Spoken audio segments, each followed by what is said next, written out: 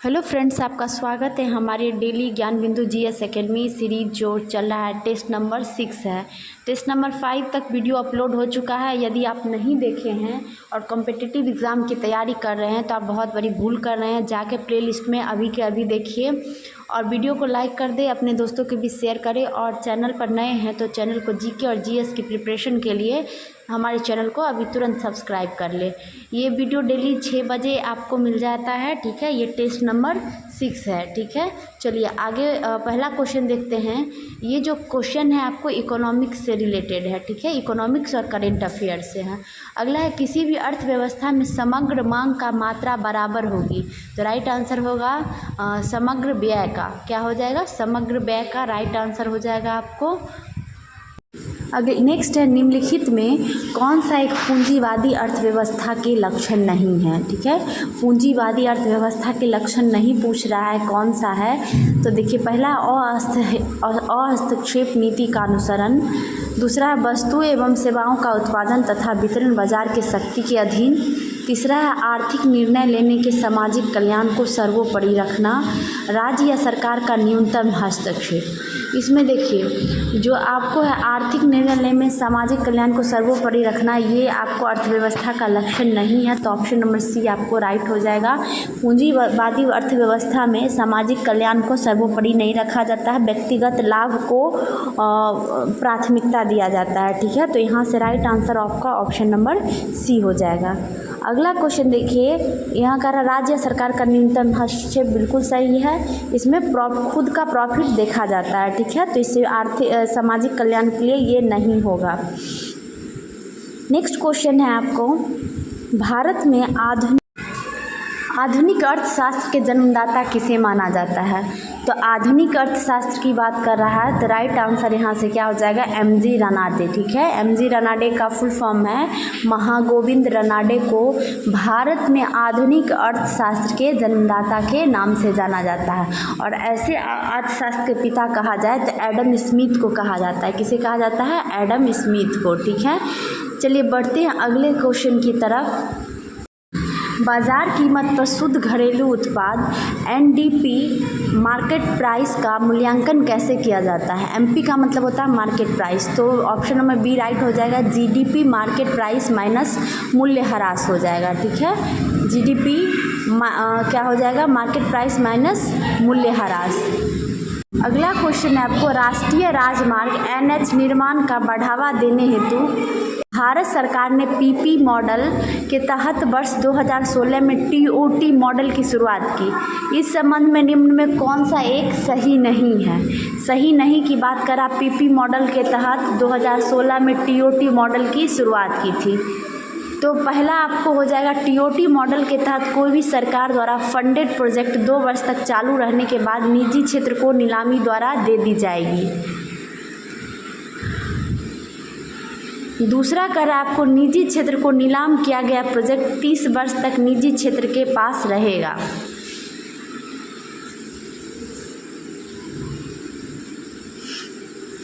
तीसरा, नीलामी के उपरांत प्रोजेक्ट का ऑपरेशन, मरम्मत तथा रखरखाव की जिम्मेदारी निजी क्षेत्र की होगी। बिल्कुल सही है। नेक्स्ट, नीलामी के उपरांत सरकार से टोल टैक्स वसूल कर लाभ सहित निजी क्षेत्र को भुगतान करेगा। तो ऑप्शन नंबर डी राइट हो जाएगा आपको। नेक्स्ट है, निम्नलिखित कथनों पर विचार कीजिए। विचार करने का है कि कौन सा कथन सही है। जीवन के भौतिक गुणवत्ता सूचकांक को मौलिक रूप से सोचने का श्रेय जॉन टिनवर्जन को जाता है, परंतु इसे मॉरिस के नाम से ही जाना जाता है। नेक्स्ट है, जीवन के भौतिक गुणवत्ता सूचकांक का अधिकतम मूल्य 100 तथा न्यूनतम मूल्य 0 होता है। तो दोनों कथन आपको सही है, ठीक है। ये इकोनॉमिक्स अर्थशास्त्र से रिलेटेड क्वेश्चन है, ठीक है। लोगों को ऐसा लगता है थोड़ा अर्थशास्त्र टफ सब्जेक्ट है, तो आप क्वेश्चंस को डेली डील करोगे तो आपका कॉन्सेप्ट क्लियर रहेगा। अगला, निम्नलिखित कथनों पर विचार कीजिए। शेयर बाजार में कंपनी के शेयर तथा ऋण पत्र की खरीद बिक्री होती है। सही है। शेयर बाजार केवल शेयर के मूल्यों में तरलता बनाए रखता है या बाजार पूंजी का निर्माण नहीं करता है। ये 1 तथा 2 दोनों हो जाएगा राइट आंसर। अगला, किसी परियोजना की दीर्घकालीन वित्तीय व्यवस्था जब तक नहीं हो जाती तब तक के लिए एक अस्थायी वित्त व्यवस्था की जाती है। इस अस्थायी वित्त को क्या कहते हैं? तो राइट आंसर हो जाएगा आपको ब्रिज लोन। क्या कहते हैं? ब्रिज लोन कहते हैं। और ये टीजर लोन क्या हुआ? तो टीजर लोन आपको हो गया कि शुरुआत में आपका इंटरेस्ट कम रहेगा, बाद में अधिक लेने बढ़ जाता है। जैसे कि आपको एजुकेशन लोन हो गया, आपको टीजर लोन में आ जाएगा कि जब तक आप पढ़ते रहोगे कम इंटरेस्ट लगेगा, जैसे ही पढ़ाई ख़त्म हुई तो उसका इंटरेस्ट बढ़ जाता है, तो टीजर लोन के अंतर्गत आ जाएगा। अगला, निम्नलिखित कथनों पर विचार कीजिए। वस्तु विनिमय प्रणाली से विनिमय का क्षेत्र अत्यंत संकुचित था, सही है। मुद्रा ने वस्तु विनिमय प्रणाली के सभी कठिनाइयों को दूर कर दिया, तो दोनों कथन सही है, आपको एक तथा दोनों राइट आंसर हो जाएगा। अगला है, स्फीति दर में होने वाली तीव्र वृद्धि का आरोप कभी कभी आधार प्रभाव पर लगाया जाता है। यह आधार प्रभाव क्या है? तो यह विगत वर्ष के कीमतों का स्फीति दर की गणना पर आया प्रभाव है। ऑप्शन नंबर सी राइट हो जाएगा। नेक्स्ट है, किसी भी अर्थव्यवस्था में आय का सृजन होने के लिए सबसे महत्वपूर्ण पहलू है। तो सबसे महत्वपूर्ण पहलू उत्पादन है। क्या हो जाएगा? उत्पादन। नेक्स्ट है, निम्नलिखित कथनों पर विचार कीजिए। गिनी गुणांक के माध्यम से आय विषमता को मापा जाता है, सही है। गिनी गुणांक का मान 0 से 1 के बीच होता है, ये भी राइट है। गिनी गुणांक का एक मान बनाता है कि आय विषमता बिल्कुल नहीं है, तो ये आपको गिनी गुणांक का एक मान बताता है कि आय विषमता बिल्कुल नहीं है, ये गलत है आपको। तो ऑप्शन नंबर आपको सही पूछ रहा है, तो 1 और 2 सही हो जाएगा, 3 नहीं है। तो यहाँ से सही कथन कौन है? केवल 1 और 2 हो जाएगा, ठीक है। चौथा है, गिनी गुणांक का शून्य मान बताता है कि संपूर्ण आय एक ही व्यक्ति को मिल रहा है, ये भी गलत है, ठीक है। तो सिर्फ कौन सा कथन सही है आपको? 1 और 2 सही है, ठीक है। अगला है, भारतीय बैंक अपने उन ऋणों को एनपीए के अंतर्गत डालता है जिसके किस्त और ब्याज का भुगतान कितने दिनों तक नहीं होता है। तो एनपीए मतलब होता है नॉन परफॉर्मिंग एसेट, ठीक है। तो नॉन परफॉर्मिंग एसेट जब आप 90 दिनों तक उसके अंदर किस्त या ब्याज का भुगतान नहीं कीजिएगा, मतलब 3 महीने तक, तो उसे एनपीए में डाल देता है, ठीक है। नेक्स्ट है, एक व्यक्ति बेरोजगार है अथवा नहीं, यह सुनिश्चित करने के लिए किन्हें ध्यान में रखना आवश्यक नहीं है। तो ये आपको देखिए, आयु हो गया, ठीक है, कहता 15 वर्ष से लेके 64 वर्ष के व्यक्ति जो है काम करने योग्य है, ठीक है। काम करने की योग्यता होनी चाहिए, प्रचलित मजदूरी दर पर काम और गरीबी, ठीक है। तो गरीबी ये आपको, ये तीनों जो हो जाएगा आपको करा क्या ध्यान रखना आवश्यक नहीं है, तो गरीबी हो जाएगा राइट आंसर। करा किसी कंपनी के बाजार पूंजीकरण, मार्केट कैपिटलाइजेशन से तात्पर्य क्या है? तो इसका तात्पर्य आपको हो जाएगा कंपनी द्वारा जारी कुल शेयर का वर्तमान बाजार मूल्य। ऑप्शन नंबर बी राइट हो जाएगा, ठीक है, कंपनी द्वारा जारी। अगला है, निम्नलिखित में कौन सा समष्टि अर्थशास्त्र का अध्ययन क्षेत्र है? तो राइट आंसर हो जाएगा अर्थव्यवस्था में रोजगार के अवसर।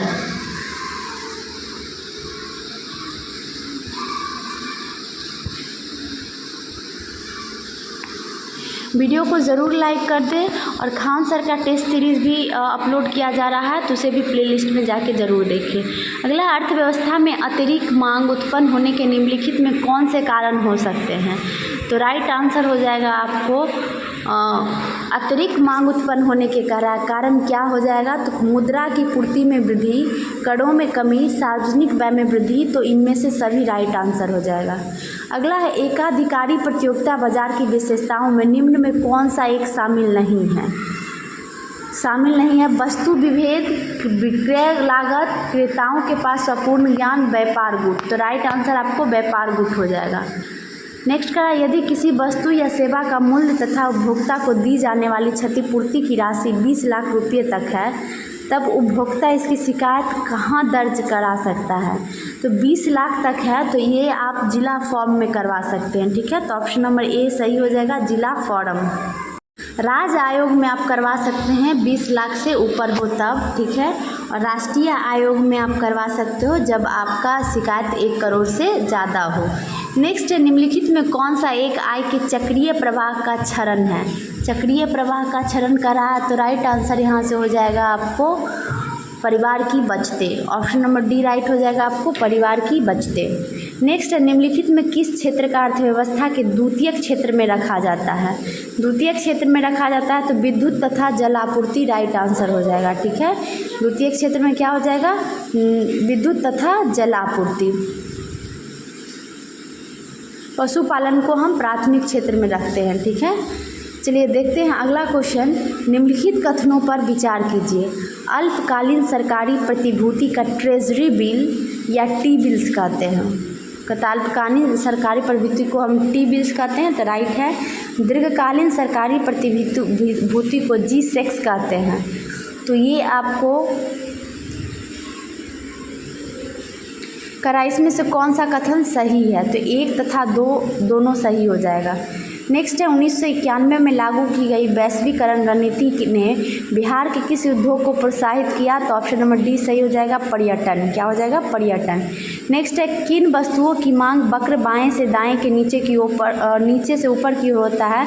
तो गिफन वस्तुएं की होती है। ठीक है, नेक्स्ट है, अल्प बेरोजगारी तब उत्पन्न होती है जब लोग अपनी क्षमता से कम काम कर रहे हैं। तो ऑप्शन नंबर सी राइट हो जाएगा। यहाँ से करेंट अफेयर का क्वेश्चन स्टार्ट हो गया। करा 50वां G7 शिखर सम्मेलन 2024 किस देश में शुरू हुआ है? तो राइट आंसर हो जाएगा आपको इटली में। ठीक है, G7 में भारत सदस्य नहीं है लेकिन उसे एज अ गेस्ट, ठीक है, मेहमान के रूप में बुलाया गया है। किसे? भारत को। अगर ये पूछे कि प्रधानमंत्री नरेंद्र मोदी का प्रधानमंत्री बनने तीसरा बार शपथ लेने के बाद पहला विदेश यात्रा कौन सी थी? तो यही था इटली का। ठीक है, अगला है, पीएम श्री पर्यटन हवाई सेवा का शुभारंभ किस राज्य में किया गया? तो राइट आंसर हो जाएगा आपको मध्य प्रदेश। नेक्स्ट है, खीर भवानी मेला किस राज्य या केंद्र शासित प्रदेश में आयोजित किया जा रहा है? तो राइट आंसर हो जाएगा जम्मू कश्मीर। क्या हो जाएगा? जम्मू कश्मीर। अगला, उत्तराखंड के जोशी मठ का नया नाम क्या हो गया है? तो राइट आंसर है ज्योतिर्मठ। क्या हो गया है? ज्योतिर्मठ। नेक्स्ट है, आपको किस अंतरिक्ष एजेंसी ने मंगल ग्रह पर बर्फ की खोज की है? अंतरिक्ष एजेंसी का नाम पूछ रहा है जिसने मंगल ग्रह पर बर्फ की खोज की है। तो राइट आंसर हो जाएगा आपको ESA, यूरोपीय स्पेस एजेंसी हो जाएगा। ठीक है, अगला है, विश्व रक्तदाता दिवस कब मनाया जाता है? तो विश्व रक्तदाता दिवस हम लोग 14 जून को मनाते हैं। कब मनाते हैं? 14 जून को। नेक्स्ट, तीसरी बार भारत का राष्ट्रीय सुरक्षा सलाहकार किसे नियुक्त किया गया है? तो तीसरी बार भारत का राष्ट्रीय सुरक्षा सलाहकार अजीत डोभाल को नियुक्त किया गया है। नेक्स्ट, G7 शिखर सम्मेलन का आयोजन कहाँ किया गया? तो इटली में। नेक्स्ट है, हाल ही में किस राज्य सरकार ने मुख्यमंत्री निजुत मोइना योजना की घोषणा की है? तो राइट आंसर हो जाएगा आपको Nijut Moina, Assam. Right answer क्या हो जाएगा? असम हो जाएगा।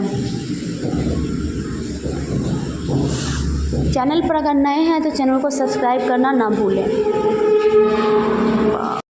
अगला है, वर्ष 2025 में पुरुषों के जूनियर हॉकी विश्व कप की मेज़बानी कौन सा देश करेगा? वर्ष 2025 की बात करें तो राइट आंसर भारत हो जाएगा। अगला क्वेश्चन है आपको, हाल ही में किस भारतीय कंपनी को टाइम मैगजीन ग्लोबल 100 सबसे प्रभावशाली कंपनियों को 2024 की सूची में शामिल किया गया है? तो ये आपको सभी हो जाएगा। रिलायंस इंडस्ट्रीज़ लिमिटेड, टाटा समूह, सीरम इंस्टीट्यूट ऑफ इंडिया, मतलब सभी इससे राइट आंसर हो जाएगा। नेक्स्ट, वैश्विक शांति सूचकांक 2024 में भारत का रैंक क्या है? तो 116वां रैंक है। क्या हो जाएगा? 116वां। ठीक है, अगला क्वेश्चन है आपको, भारतीय सेना को किस ड्रोन की पहली खेप प्राप्त हुई है? भारतीय सेना को किस ड्रोन की पहली खेप प्राप्त हुई है? तो राइट आंसर हो जाएगा नागास्त्र फर्स्ट। नागास्त्र फर्स्ट की पहली खेप प्राप्त हुई है। अगला है, दुनिया में नाइट्रस ऑक्साइड का दूसरा सबसे बड़ा उत्सर्जक कौन बना है? नाइट्रस ऑक्साइड आपको पता है लाफिंग गैस को कहा जाता है। तो राइट आंसर हो जाएगा आपको भारत। ठीक है, नेक्स्ट है, भारतीय नौसेना ने missile lens acquisition barge LSAM 13 yard 81 का कमीशन किया है। इसको कंपनी ने बनाया है? राइट आंसर जगह सेकॉन इंजीनियरिंग। अगला है अंतर्राष्ट्रीय खगोलीय संघ ने मंगल ग्रह पर खोजे गए गड्ढे का नाम किसके नाम पर रखा है? तो राइट आंसर हो जाएगा देवेंद्र लाल। नेक्स्ट क्वेश्चन है, हाल ही में जारी एक रिपोर्ट के अनुसार विश्व की सर्वाधिक प्रति व्यक्ति जीडीपी वाला देश कौन सा है? सर्वाधिक प्रति व्यक्ति जीडीपी वाला देश पूछ रहा है, तो छोटा सा एक देश है लग्जमबर्ग, ठीक है। तो ऑप्शन नंबर सी राइट हो जाएगा। नेक्स्ट है, हाल ही में लॉन्च हुई आर अश्विन की आत्मकथा आई हैव द स्ट्रीट्स के लेखक कौन है? तो राइट आंसर हो जाएगा आपको आर अश्विन और सिद्धार्थ मोंगा, दोनों संयुक्त रूप से। नेक्स्ट है, हाल ही में किस राज्य ने प्रधानमंत्री श्री पर्यटन हवाई सेवा का शुभारंभ किया है? तो राइट आंसर हो जाएगा आपको मध्य प्रदेश। क्या हो जाएगा? मध्य प्रदेश श्री पर्यटन हवाई सेवा।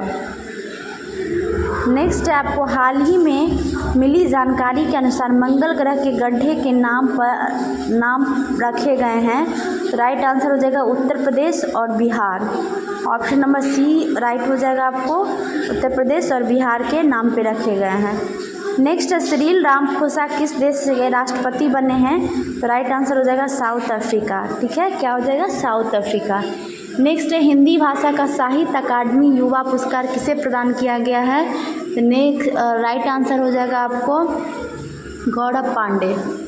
नेक्स्ट है, नए आपराधिक न्याय सुधारों पर विधि सम्मेलन का आयोजन कहाँ किया गया था? तो राइट आंसर क्या हो जाएगा? कोलकाता।